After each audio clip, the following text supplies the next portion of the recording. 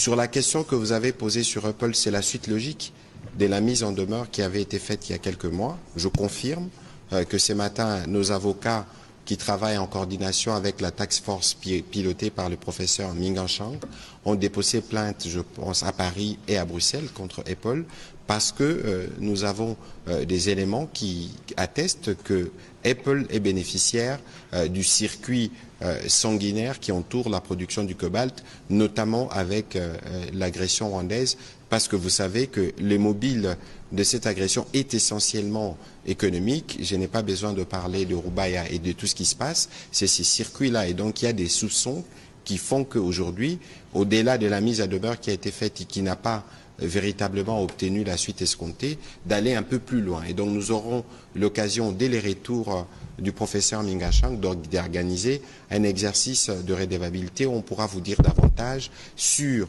la nature de plainte qui a été faite et les démarches qui sont entreprises, parce que comme nous vous expliquions encore il y a quelques jours avec la ministre d'État, ministre des Affaires étrangères, nous avons un front militaire, un front diplomatique, un front économique, un front judiciaire et un front médiatique. Cette action contre Apple répond à la fois à ce que nous attendons du front judiciaire, du front économique et du front médiatique. Et donc nous allons utiliser toutes les voies à notre disposition pour nous assurer que nous resterons la paix à l'est de la République démocratique du Congo. On va dire que nous avons été, ça fait maintenant 2 semaines que notre armée fait face à un harcèlement régulier des forces armées rwandaises qui appuient la pseudo-rébellion de M23 et l'AFC, notamment aussi du territoire de Lubero et dans les Walikale, puisque nous parlons aussi de Bouleusa. Je voudrais bien dire que notre armée, dans son respect légendaire des engagements internationaux, est restée sur la défensive et ne voulait pas compromettre la rencontre qui allait avoir lieu à Luanda, mais que les premiers jours de provocation du M23, le M23 a réussi une correction exemplaire, puisque les FARDC, avec les Ouazalendo, ont réussi à prendre Kasseye, ont réussi à prendre Matembe, et ainsi de suite. Mais puisque l'armée est restée dans le respect de l'engagement qui avait été pris à Luanda, l'armée a repris ses positions initiales. Malheureusement, la journée d'hier, les M23 ont utilisé surtout plusieurs drones kamikazes. L'armée rwandaise. Les M23, bien évidemment. Ils ont utilisé plusieurs drones kamikazes qui ont percé derrière de nos lignes et nos militaires ont fait des replis jusque dans les environs de Kitsumbiro. Je voudrais donc profiter de ce moment pour demander à la population de continuer à nous faire confiance et donner notre message de compassion, puisque nous avons environ de 1 million de personnes, puisque c'est la zone la plus peuplée du pays. Hein. Nous avons environ de 1 million de personnes qui, à ce moment ici, sont en errance, à partir de Bikara, à partir de Kitsumbiro et de partout ailleurs. Et je voudrais dire que nous avons été, ça fait maintenant 2 semaines que notre armée fait face à un harcèlement régulier des forces armées rwandaises qui appuient la pseudo-rébellion de M23 et l'AFC, notamment aussi du territoire de Lubero et dans les Walikale, puisque nous parlons aussi de Bouleusa. Je voudrais bien dire que notre armée, dans son respect légendaire des engagements internationaux, est restée sur la défensive et ne voulait pas compromettre la rencontre qui allait avoir lieu à Luanda, mais que les premiers jours de provocation du M23, le M23 a réussi une correction exemplaire, puisque les FARDC, avec les Ouazalendo, ont réussi à prendre Kasseye, ont réussi à prendre Matembe, et ainsi de suite. Mais puisque l'armée est restée dans le respect de l'engagement qui avait été pris à Luanda, l'armée a repris ses positions initiales. Malheureusement, la journée d'hier, les M23 ont utilisé surtout plusieurs drones kamikazes. L'armée rwandaise. Les M23, bien évidemment. Ils ont utilisé plusieurs drones kamikazes qui ont percé derrière de nos lignes et nos militaires ont fait des replis jusque dans les environs de Kitsumbiro. Je voudrais donc profiter de ce moment pour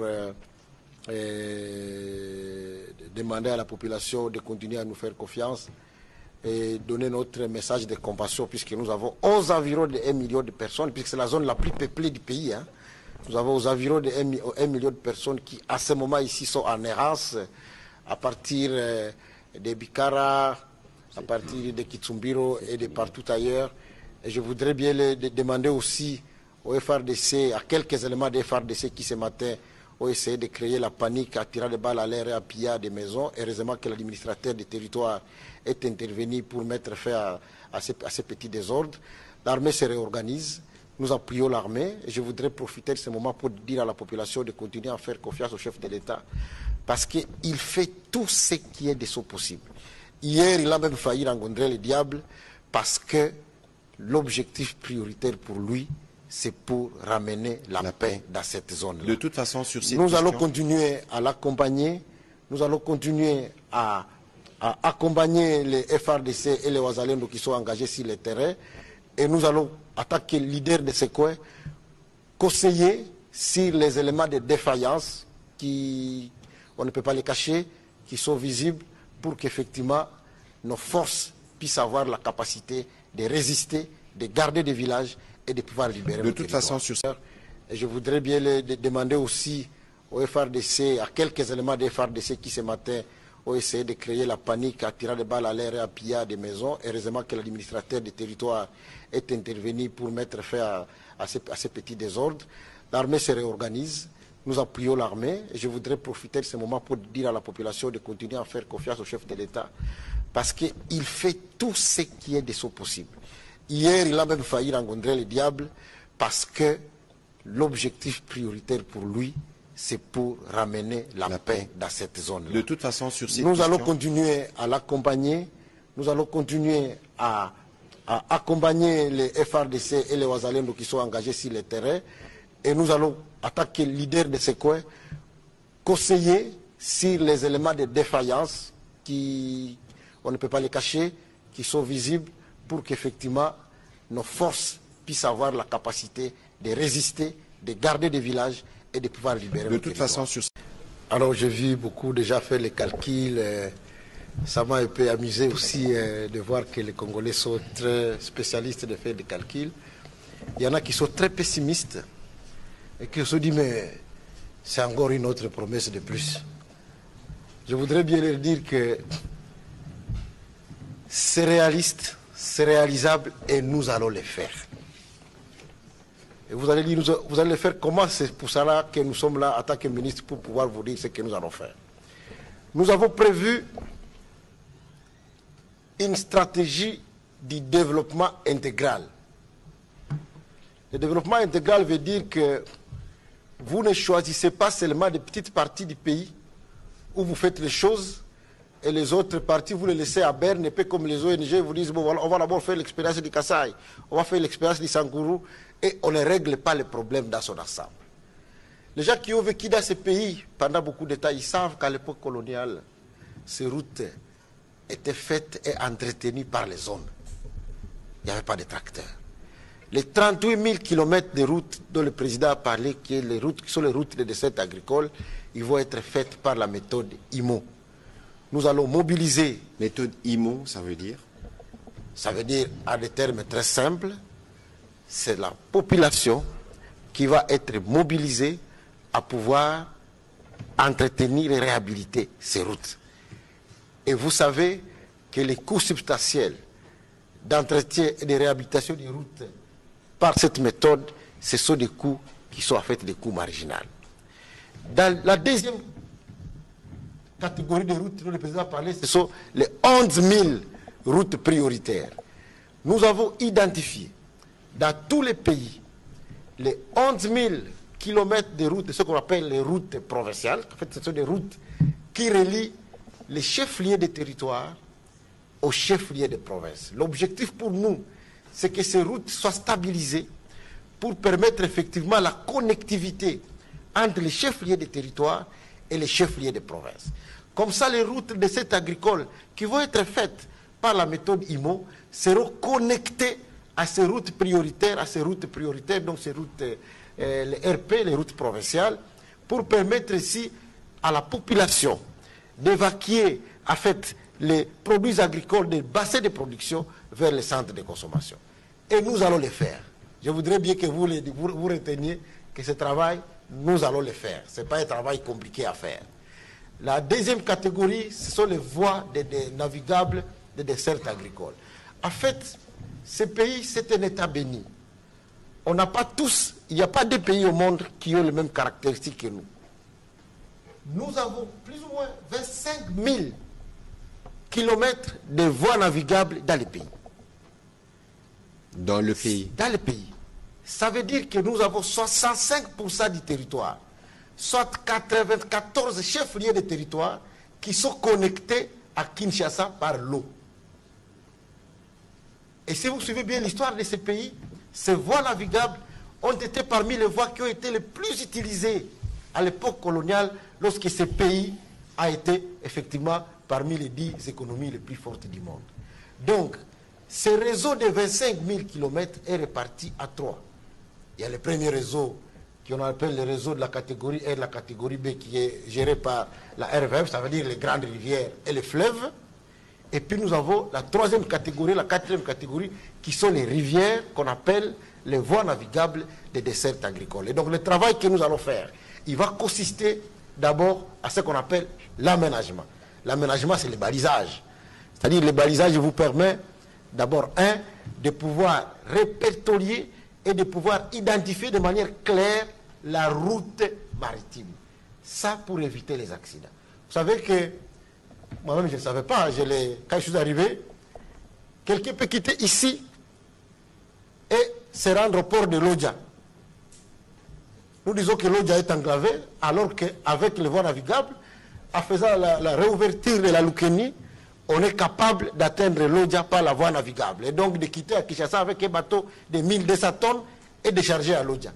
Vous savez qu'on peut quitter ici à Kinshasa et aller décharger à Bujimaï. À 45 km de Bujimaï, il y a le port de Ndomba. Si la rivière Loubi, vous pouvez quitter Kinshasa et vous décharger à Bujimaï. Ça veut dire que l'aménagement de ces voies navigables nous permet effectivement de désenclaver des endroits. Et les coûts de désenclavement, en fait, les coûts de balisage, il est moins cher par rapport au coût d'entretien de route, puisque nous allons seulement utiliser 4 000 $ au kilomètre pour pouvoir baliser les voies navigables. Nous avons déjà fait tout le travail. Nous avons les baliseurs de la RVF qui ont été mobilisés pour ce travail. Nous allons commencer dans la première phase par rapport aux fonds qui ont été mis à notre disposition par le bassin du Kasaï. Ça veut dire qu'on va mettre un grand baliseur sur la Lukeni qui va désenclaver la partie de la province de Maïndombe, une partie de la province du Kasaï, notamment de Kessé, une partie de la province du Sankourou. Nous allons mettre un deuxième baliseur sur la rivière Sankourou pour désenclaver une partie du Kasaï, une partie de la province du Kasaï central et une partie de la province du Kasaï oriental. Nous allons mettre un troisième baliseur sur la rivière Kwilu pour désenclaver une partie du Congo. Les gens ne savent pas que la rivière Congo, elle va jusqu'à Tembo à la frontière avec l'Angola. Donc si le petit couac qu'il y a juste à côté du pont Congo est balisé, on est capable de quitter avec les bateaux de Kinshasa jusqu'à Tembo, jusqu'à Popo avec les bateaux. Donc ça, c'est une grande phase et c'est important pour nous de dire que dans ce transport multimodal, nous voulons que les routes de cette agricole que nous allons faire, pour les rendre les plus utiles, qu'ils soient connectés à la fois. Comme vous savez, Madame, l'Union européenne a fortement soutenu le processus de Luanda. Donc, pour nous, en tant que l'Union européenne, c'était extrêmement important que tous les leaders et tous les gouvernements dans la région restent engagés dans ce processus.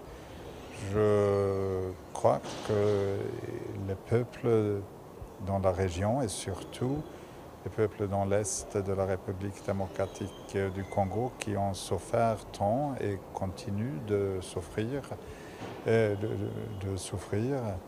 ils méritent mieux. Ils méritent un engagement plus sincère de tous les chefs de gouvernement, de tous les chefs d'État.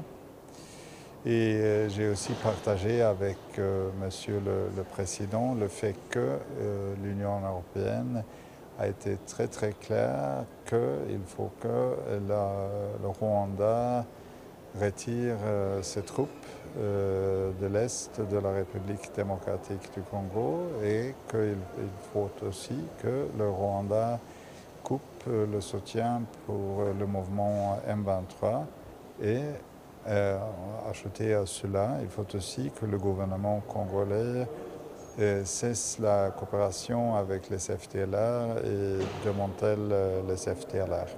Mon impression à moi, c'est que je partage, ou nous partageons un